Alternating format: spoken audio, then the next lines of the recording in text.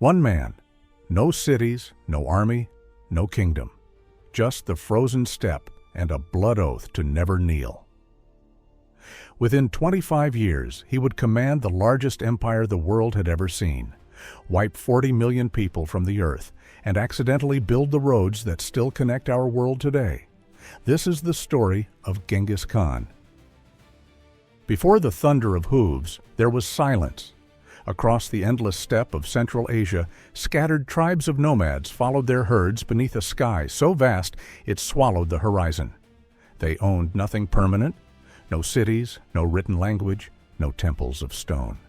To the great civilizations that surrounded them, the Chinese, the Persians, the Arabs, these people were invisible, illiterate wanderers grazing their animals on the edge of the known world. But in the late 12th century, from the frozen plains of Mongolia, a man rose who would forge these forgotten nomads into the most devastating military force the world had ever seen. Within a single generation, his horsemen would erase entire civilizations from the map and build the largest contiguous land empire in human history. His birth name was Temujin. The world would come to know him as Genghis Khan. And once his armies began to move, no wall, no river, and no army on earth could stop them. To understand how one man could unleash such a transformation, we must first understand the world he was born into. The Mongolian steppe in the mid-12th century was a place of brutal, unforgiving beauty. Temperatures swung from blistering summers to winters that could freeze a man solid overnight. There were no farms, no permanent settlements. Life revolved entirely around the horse, the sheep, and the felt tent known as the ger. The tribes that roamed this landscape, the Mongols, the Merkits, the Naimans, the Tatars, were locked in a perpetual cycle of raiding, alliance, and betrayal. A man's survival depended on the strength of his clan and the loyalty of his allies, both of which could vanish overnight. It was into this world of violence and impermanence that Temujin was born around 1162, the son of a minor tribal chief. His early life reads like a myth forged in suffering. When he was 9, his father was poisoned by rival Tatars. The clan immediately abandoned the family, leaving his mother to raise her children alone on the open steppe. They survived on roots, fish, and wild onions.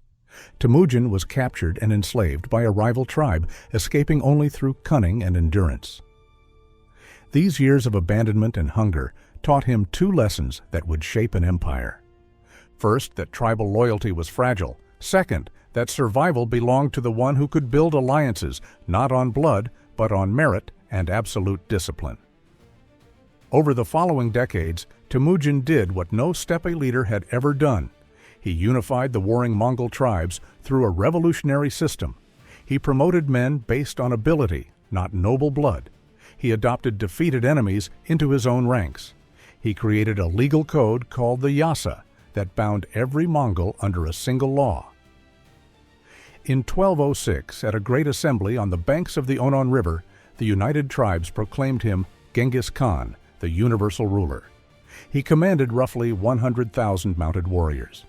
It was not the largest army in the world, but it was about to become the most terrifyingly effective. The Mongol military machine was unlike anything the settled civilizations had encountered. Every male was a soldier from childhood. They learned to ride before they could walk and to shoot a composite bow from horseback at full gallop.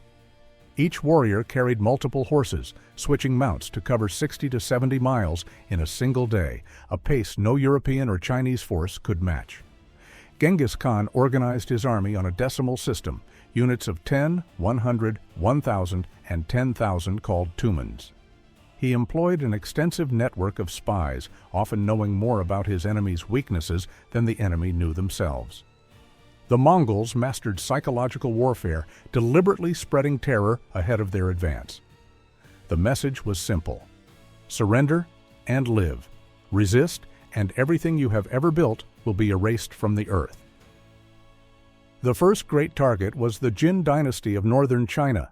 The Jin controlled over 50 million people and fielded armies that dwarfed the Mongol force.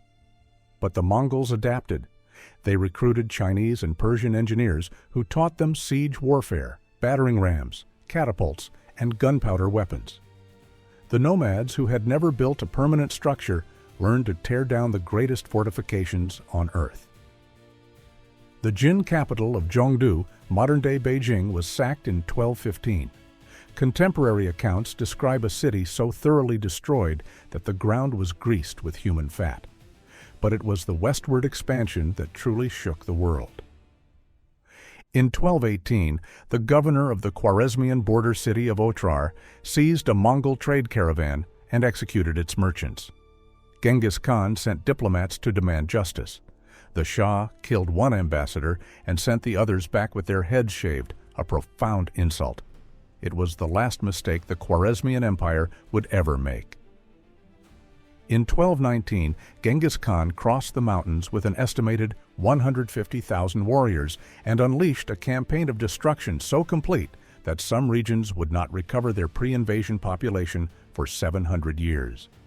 The great cities of the Islamic Golden Age, Bukhara, Samarkand, Merv, jewels of learning and culture, were systematically dismantled. At Merv, each Mongol soldier was assigned approximately 400 civilians to execute. Over 1 million people were killed at that single city.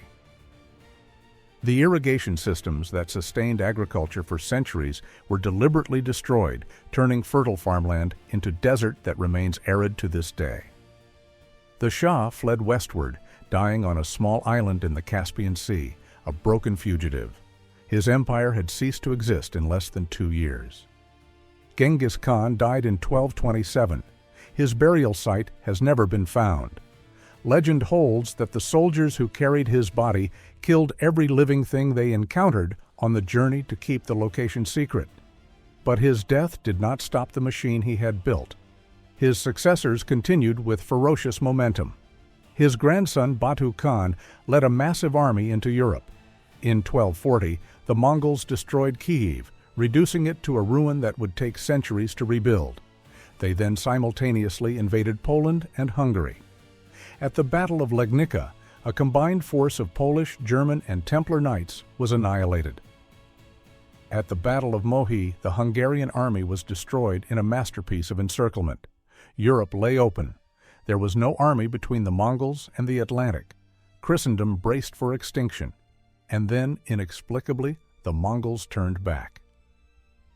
News arrived that the great Khan Ogedei had died, and Mongol princes were required to return for the election of a successor. Europe was saved not by its armies, but by Mongol politics. While the empire's expansion was written in blood, the peace that followed was written in silk and silver. This was the Pax Mongolica, the Mongol peace. At its height under Kublai Khan, the empire stretched from Korea to Hungary, encompassing roughly 24 million square kilometers and over 100 million people. The Mongols proved remarkably pragmatic rulers. They did not impose their religion on conquered peoples. They employed administrators from every culture. They established a postal relay system called the Yam, allowing messages to cross the entire empire in weeks. The Silk Road, fragmented for centuries into regional networks, became a single protected highway under one authority. Chinese silk, Indian spices, and European metals moved freely across continents.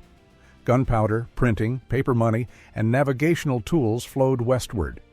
Mathematical knowledge traveled eastward. Ideas were moving at a speed that would not be matched until the age of sail. Marco Polo's famous journey to the court of Kublai Khan was only possible because of this unprecedented connectivity. But the empire was already fracturing under its own scale. By the late 13th century, it had splintered into 4 successor states: the Yuan dynasty in China, the Chagatai Khanate in Central Asia, the Ilkhanate in Persia, and the Golden Horde in Russia. Each pursued its own path. Kublai Khan declared himself Emperor of China, attempting to merge Mongol military power with Chinese sophistication.